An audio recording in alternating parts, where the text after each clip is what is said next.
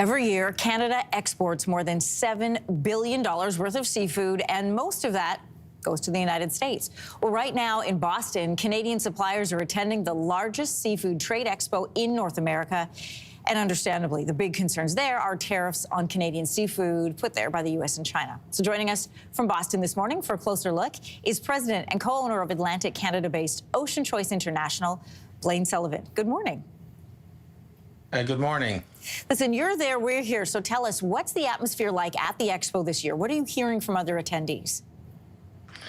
Well, of course, the tariffs are top of mind. There's creating quite an uncertainty in coming into this year, and as you mentioned, you know, U.S. is our biggest trading partner. Mm-hmm. Seafood is the most traded protein, and so it's you know, everybody is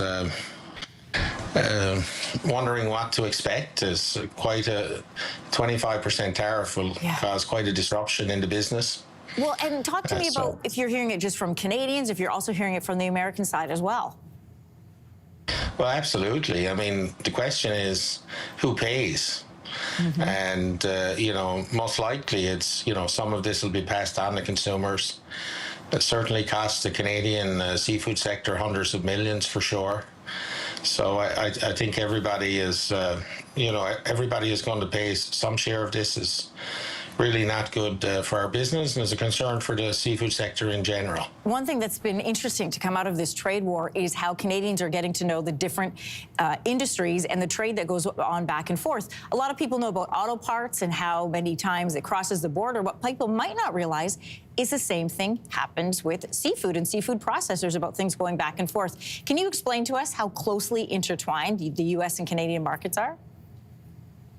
Well, for sure. I mean, if you look at certain shellfish like lobster crosses the border back and forth between the Northeast U.S. and Canada, you know, back and forth for various reasons, whether it's, you know, to hold or to distribute or to process even.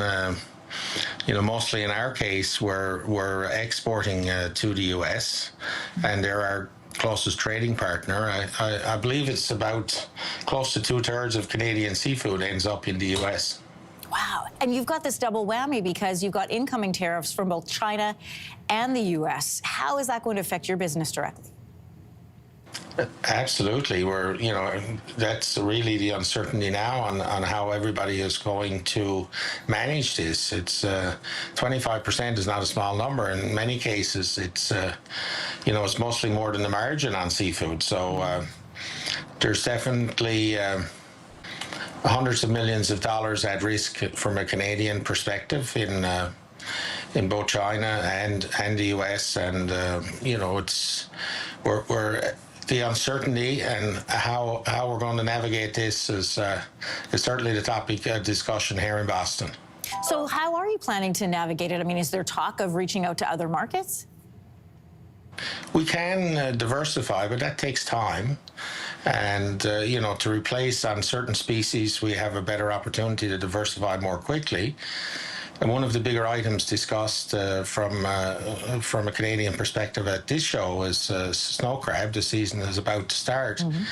And, you know, there's nowhere we can move this volume of seafood. I think, you know, over 90% of the snow crab imported into the U.S. is coming from Canada. Wow. And, you know, on our side of it, you know, you just can't move that amount of product to another market. So, Blaine, what do you do? What do you do with it? Well, you know, I guess the pain will have to be shared between the consumers and you know, the industry in Canada. What does this talk of, you know, interprovincial trade, does that help you out at all? In this case, it's probably irrelevant to us. There's already interprovincial trade in our sector for the most part. Hmm. Listen, Blaine, I want to thank you for joining us this morning because I know you're down there doing some really hard and good work, so we appreciate it. Thank you so much. Thank you very much. If you like that video, make sure to subscribe to the Your Morning YouTube feed, where you can find all kinds of new content posted every weekday morning.